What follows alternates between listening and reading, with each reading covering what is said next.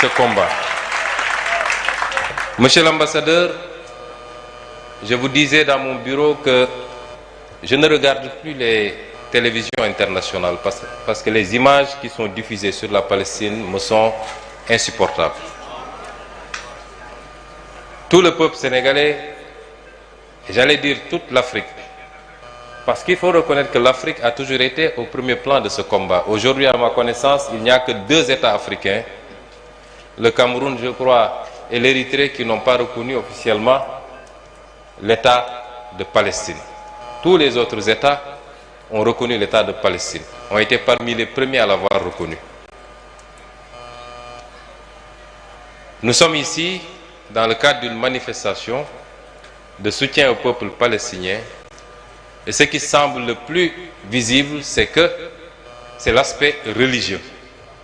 Cette religion que nous partageons avec la majorité du peuple palestinien. Je voudrais dire simplement que pour combattre une injustice, de tous ceux qui participent à un combat contre l'injustice, les motivations peuvent être plurielles. La motivation religieuse en est une, et ce qui semble être prégnant ici, dans cette assemblée. Mais on peut participer à un combat contre l'injustice pour d'autres raisons. Parce que simplement, on ne supporte pas l'injustice, indépendamment de ses croyances et de ses convictions. On peut y participer pour des raisons ethniques, des raisons familiales. On peut y participer pour des raisons géographiques. Mais on peut y participer simplement par humanisme. Et l'aspect religieux ne peut pas être enlevé, en tout cas ne peut pas être dénié. On ne peut pas dénier l'aspect religieux dans cette problématique qui se pose et qui se pose depuis très longtemps. Certains historiens voudraient l'enlever totalement. Mais le problème n'est pas seulement religieux. Il est éminemment également politique. Il est humain simplement. Et c'est pourquoi aujourd'hui, dans la stratégie, il nous faut penser à être le plus large possible. Le président Senghor, qui a pris toutes les initiatives que nous saluons, il n'était pas musulman. Il n'était pas tenu de le faire. Pourtant, il l'a fait. Et depuis que cette nouvelle crise a démarré, les actions les plus visibles, je parle des plus visibles, je ne sais pas ce que font les pays arabes, mais les actions les plus visibles ont été initiées par l'Afrique du Sud, qui compte 2% de musulmans. Les actions les plus visibles ont été initiées par les pays d'Amérique latine, allant jusqu'à rompre radicalement les relations diplomatiques et à considérer qu'il s'agissait de génocide et de crimes contre l'humanité. Là où beaucoup de pays considérés comme musulmans sont restés aphones. Et c'est pourquoi la dimension politique dans le combat que nous menons est extrêmement importante. J'irai même beaucoup plus loin, puisque il y a matière, certes, quelquefois, à relativiser la dimension religieuse. Des personnes, des milliers de personnes de confession juive ont violemment manifesté contre l'extermination qui se passe actuellement en Palestine. Nous l'avons vu aux États-Unis, nous l'avons vu en France, et quelquefois même, de temps en temps, en Israël.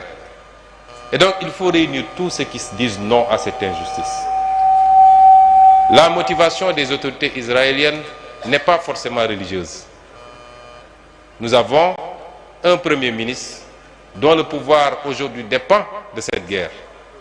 La survie politique dépend de cette guerre. Et qui est prêt à marcher sur des milliers de cadavres pour rester Premier ministre et pour ne pas faire face à la justice de son pays. C'est ça les motivations. Accompagnées maintenant par des ultra-orthodoxes, entre guillemets, qui malheureusement ont conduit le monde et particulièrement la Palestine dans ce chaos que nous vivons. Mais ça interpelle également notre conscience à tous. Nous sommes dans un monde particulièrement hypocrite. Un monde de 2 poids, 2 mesures. Un monde où tous ceux qui nous chantent la démocratie et les droits de l'homme sont ceux aujourd'hui qui appuient Israël, qui l'arment qui lui donne les moyens d'envoyer des bombes sur des populations innocentes. Nous sommes dans un monde où les principes qu'on nous vend, qui sont décrétés à gauche, à droite, n'engagent que ceux qui y croient. Mais tout cela interpelle également enfin la conscience des musulmans que nous sommes, des Africains que nous sommes, des croyants que nous sommes, de comprendre que personne ne nous fera à notre place. Si on en est là, c'est lié à nos multiples divisions. Nous sommes incapables de parler d'une seule voix. Même si on nous laisse entre nous, nous sommes là à nous tirer dessus, à nous chamailler, partant de détails insignifiants. Je suis plus croyant que d'autres, j'ai la vérité infuse, les autres sont dans l'ignorance totale. Nous devons distinguer les aspects culturels des aspects politiques de la démarche qui doit être la nôtre pour créer des blocs qui nous permettent de nous défendre. Et je parle au double sens de croyants que nous sommes, quelle que soit notre croyance, et d'Africains que nous sommes. Regardez ce qui se passe aujourd'hui en Afrique. Les Africains sont sur les réseaux sociaux en train de se tirer dessus, sur des détails insignifiants, alors que nous sommes à tous les niveaux les derniers de ce monde.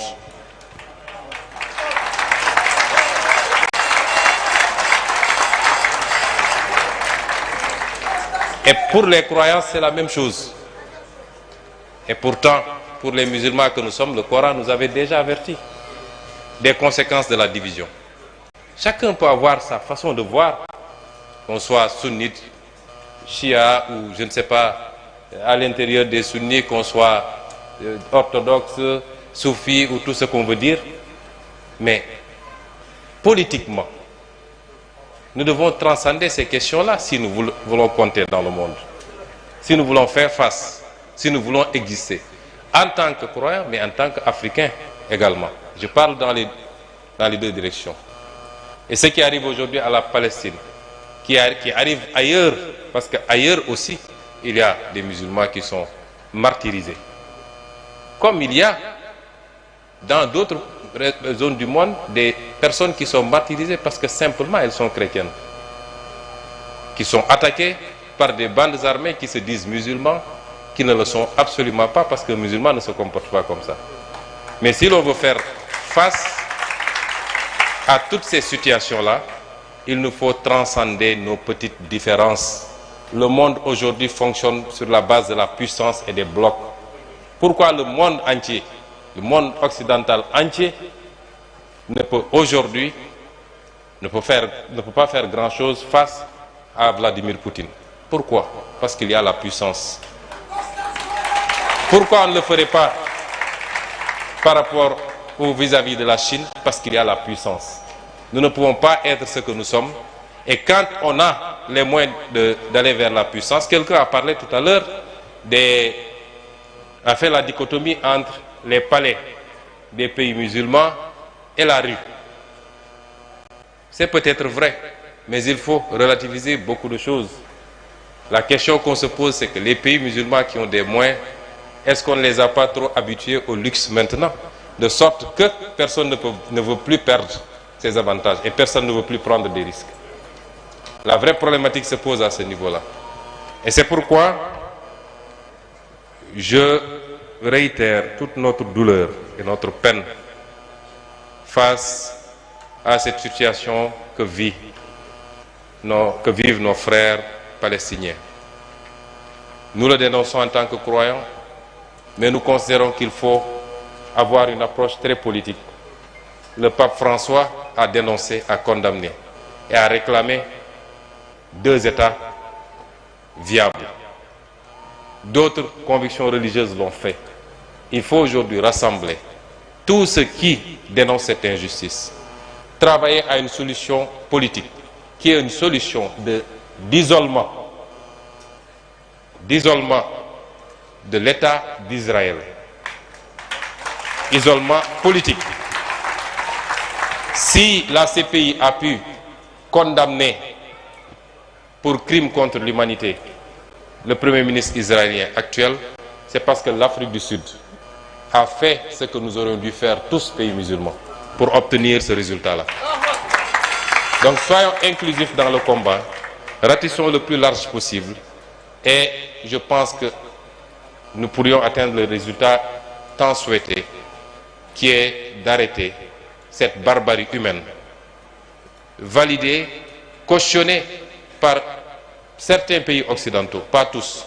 Nous avons reçu, le président de la République et moi-même, le Premier ministre espagnol avant-hier. Le Premier ministre espagnol et son gouvernement ont fermement condamné, et beaucoup d'autres gouvernements.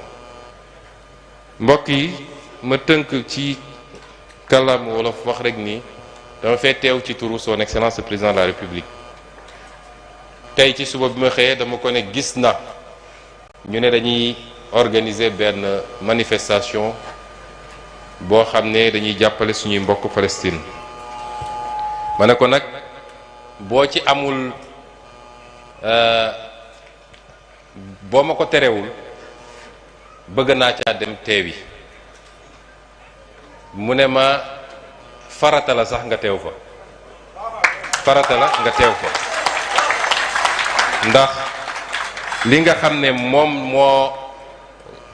moom gàllu ci suñu ndodd muy li nga xam ne Nations Unies taxawal na ko ci wax ni lépp loo xam ne xeex la ngir askanu Palestine liy àkkam ak yellefam mu jot ko ba mu mat sëkk. ñu ne kuréel googu Sénégal lañ ko dénk te biñ ko dénkee du tey, yàgg na lool. mu ne loolu warul nekk loo xam ne rek ci ay wax la.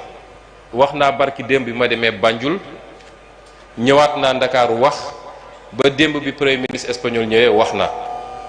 waaye warul yem rek ci wax, il faut tamit ñuy poser ay actes, ñuy jëf, te lii ci jëf la bokk.